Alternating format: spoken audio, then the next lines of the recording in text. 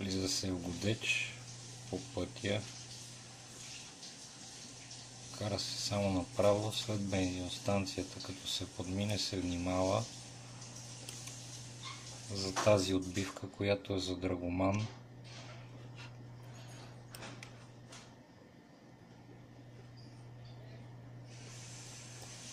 Табелката е на малко такова место, че трудно се забелязва. Ето е табелката.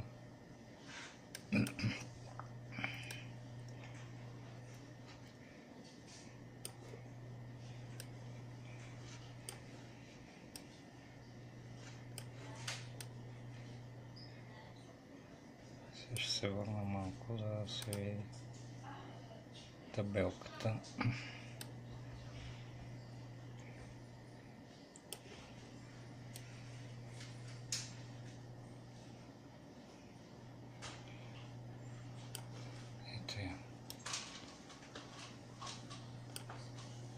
Табелката свива се в ляво. Тук на стълба Драгоман Каботина. Това е в Годеч на главния път. Като се свие по този път, той се спуска надолу и стига до Т-образно кръстовище с един магазин.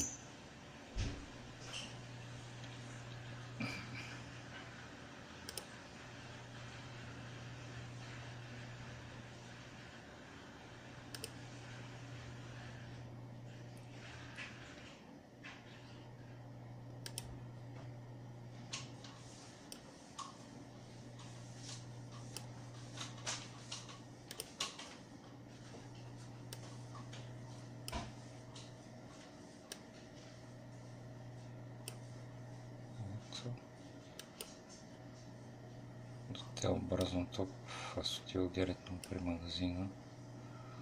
Ето тук трябва да се свие пак в ляво и по този път се кара само направо. Само направо до... Значи това всъщност е...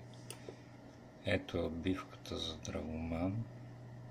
Свива се в ляво и се кара само по този път.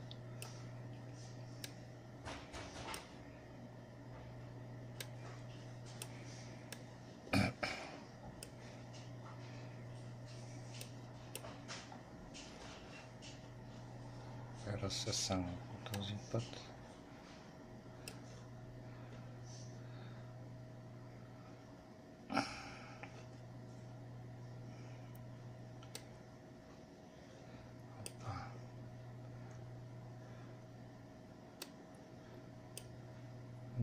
До тук. Ето го Туден. Ето го пътя. Пътя от София. Свива се в ляво на отбивката. После пак в ляво по пътя за Драгоман. И на тази отбивка е входа на Туден.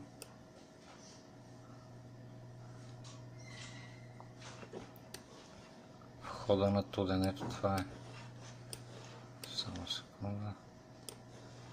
Ето даже аз съм влязъл в пътя за Туден. И по него пак се кара само направо. Само направо. По този път се кара само направо. Ето до тук. Само направо. Никъде не се завива.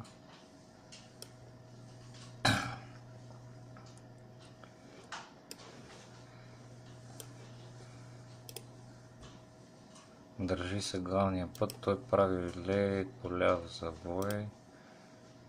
Никъде не отбиваме, продължаваме.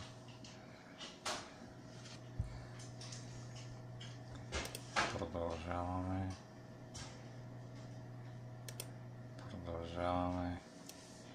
Тук прави ляв завой. Пак продължаваме.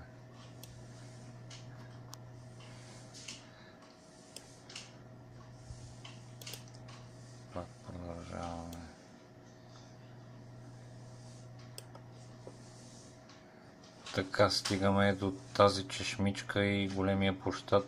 Това мисля, че се води центъра. И от него тръгваме пак по този левия път, който минава през един мост.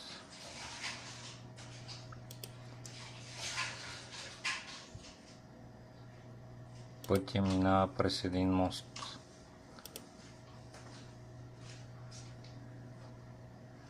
Тук има една къща на реката точно. И този път започва да се изкачва нагоре. Това е Боровата гора. Качваме се нагоре.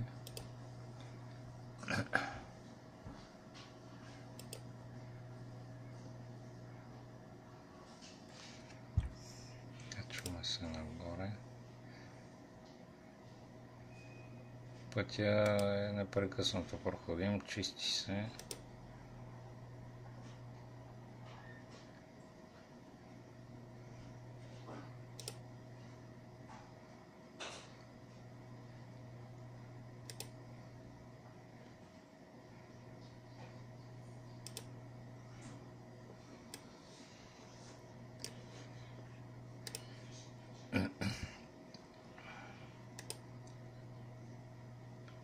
Качваме се, докато пътя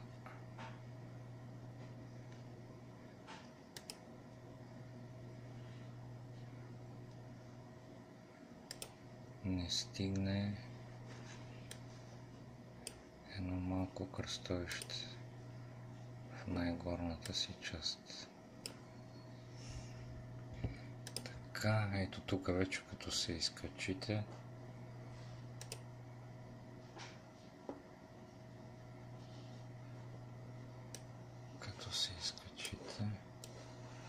само да видя как беше точно така. Продължаваме да се качваме.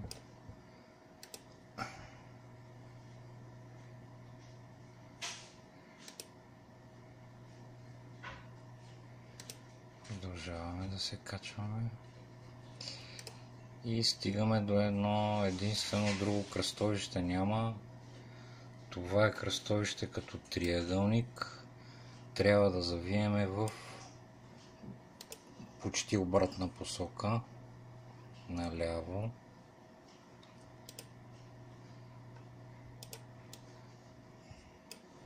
Тук не знам защо не ми дава, може би. Да.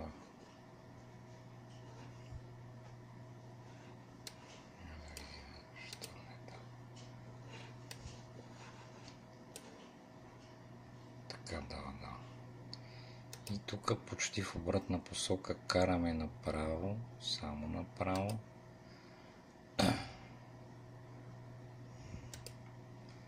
Само направо.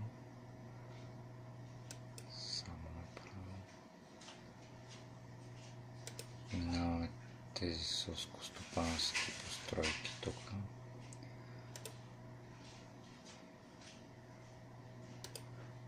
По този път също няма никакви кръстовища, никакви отбивки, асфалтов е.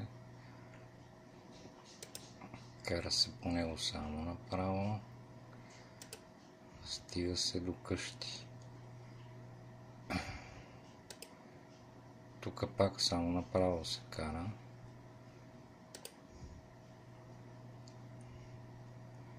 Направо и сега внимание, след тази къща с този зид се подминава. И парцела е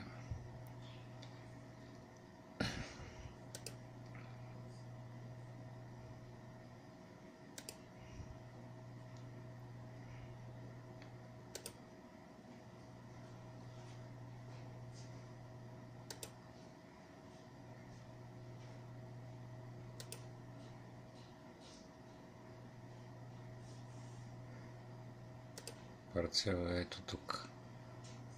Само секунда.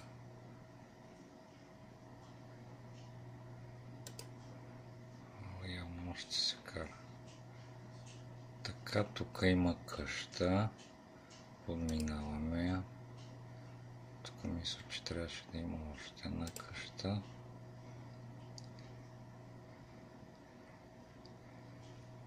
Така, подминаваме.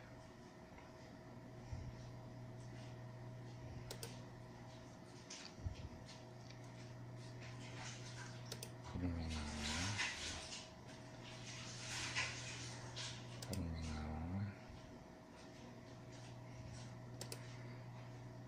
Така.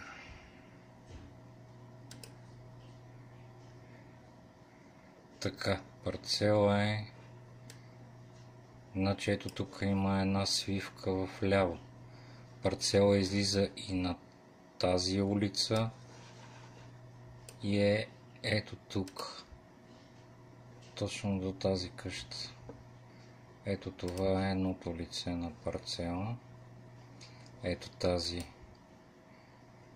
врата, която може вече и да я няма. Лицето е ето това на парцела. А от тук като се свие, по-добре да се свие по другия път, който е почти обратен.